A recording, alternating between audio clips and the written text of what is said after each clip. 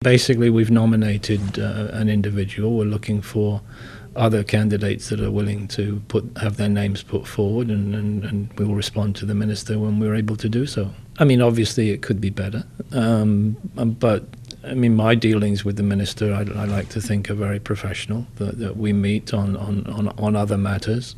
We continue to meet with the ATA. Remember, I mean, tourism is our #1 economic pillar. And there are very few countries in the world where tourism is as important as it is in Aruba. And we have to work together. It's a partnership. I mean, I know I have, say, colleagues elsewhere. For example, in Puerto Rico, tourism is less than 10% of the economy. And so consequently, if there's some issues there, then it really doesn't damage the economy too severely. But here, it's almost 90% of our business. 9 out of our 10 residents, 9 out of our 10 people are employed as a result of tourism.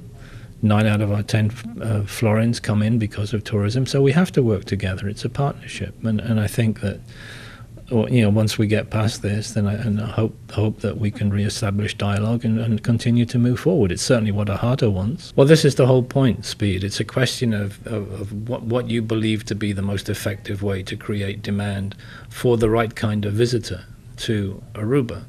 And our view is that there are opportunities in the United States that we think that we can develop, but that's going to take some additional funding. And that's what we're suggesting, that we look at the strategy, we look at the way in which the budget can be allocated, and we really believe that there are some considerable opportunities that will result in additional airlift and will result in additional visitors. Obviously, as I say, this is a proposal, and we'd be happy to sit down and discuss. I mean, the fact is that the original idea way back in 2008 is that the ATA be privatized, and it become more of a private sector entity in terms of the way it does its business. And I think the general sense was that we bought into that. The private sector bought into that.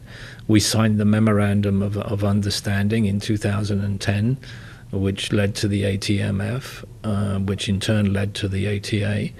And at that time, the agreement that we signed in 2010, pushing this forward, was that the ATMF, the Aruba Tourism Marketing Fund, would be devoted solely for marketing programs of Aruba with minimal operating expenses. That's written into the language of the Memorandum of Understanding. And way back in 2010, 2011, 75% of the budget was spent on marketing. And that was something that we were comfortable with. But now the marketing proportion of the budget has dropped to 50% of income. So consequently, we're concerned, and we just believe that the ATA needs to look basically at the direction it's going and focus once again on creating demand for Aruba.